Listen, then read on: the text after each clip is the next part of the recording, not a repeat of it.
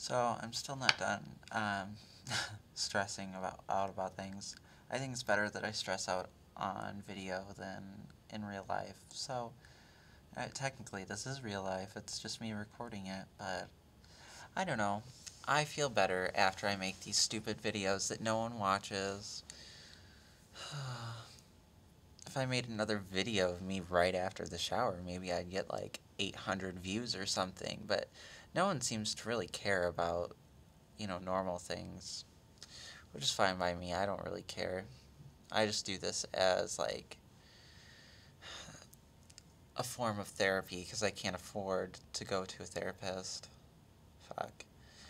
I really wish I could go back to the counselor that I was seeing because her name was Connie Gary and she was awesome. She was this big fat lesbian and I loved her.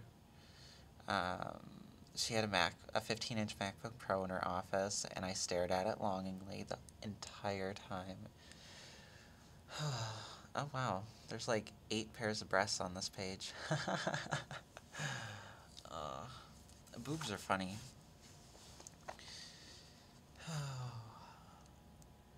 So yeah, look at my eyebrows. Look. I'm trying to let them grow back because I was told that my eyebrows look awesome, like as far as the shape goes. Oh my god, I have so much trouble with this screen. Like, oh, here we go. That's right. Like as far as the shape goes, I was told they look really nice, but they're too, like, the space here is too big. So I was told just let your eyebrows grow out a little bit. And this was not by Steve, because I don't really care what he thinks about my eyebrows. This was Ariel, my friend, that she's gonna bleach my hair tomorrow, which I'm excited about because my hair, if you haven't noticed, look at these fucking awful roots. It's crazy. I need my hair cut. I kind of like it long. It's very wintry, but I don't like my hair staticky. Ugh. Static pisses me off. Like, seriously, why don't we have... Oh, it's beyond me. But yeah, it's really gross. I hate static. It pisses me off. My shirt was slightly staticky today, and it was really making me angry. Ugh. I just need to carry like a spray can of that static off stuff or whatever, because I hate static cling. I hate static with my hair. I was walking through the mall yesterday and I kept getting shocked by because they have these metal bars as railing, well, metal railing, so that you don't fall down, because that would be too big a liability. They gotta have these guardrails so people don't fall over. Um, although it hasn't stopped someone from lighting themselves on fire and then running around like a maniac because they were on fire and falling down. Yeah, someone at our mall did that, like protesting Christmas. Like, why the fuck would you set yourself on fire in a mall full of crowded people? Like, you gotta be fucked up in the head to be doing that. It's pretty goddamn crazy. The guy ended up dying, and it smelled like it smelled like burned flesh in the mall for like 2 weeks. It was really gross. I don't know. But yeah, I was getting shocked by the railing at the mall. And I went to T-Mobile last night because Steve's phone is fucked up again, which pisses me off because the warranty ran out on the 12th, and I called in last night. The problem even started after after the warranty ran out. So it's not like it would have been covered anyway, but I don't have $70 for a goddamn new phone. And Steve doesn't either. And that's what we'll have to pay if we go through the insurance.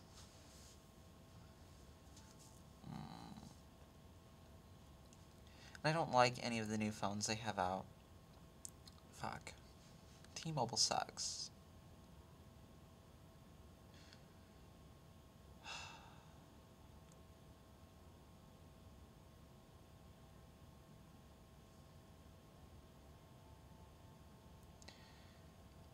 I am reading this book called Oryx and Crake by Margaret Atwood, and it's pretty amazing. It's kind of along the lines of Brave New World, like the future and what it holds and how disastrous it might be.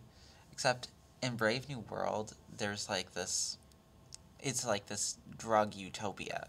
Like the government hands out Soma, which I found out is actually a real drug. I'm not sure if it got its name from Brave New World, because from what I understood, Soma was a fake drug.